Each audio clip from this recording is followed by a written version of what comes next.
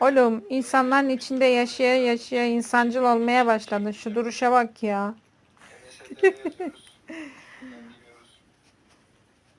Yeme şeklin değişti oğlum. Bu ne alaka? Masaya dayanmışsın. Karna bak, göbeğe bak. Babuşunu yerim senin ya. Ben yerim ben seni ya. Kanalıma abone olun, destek verin. Beğeni, yorum yapın. Allah'a emanet olun. Sizleri seviyorum.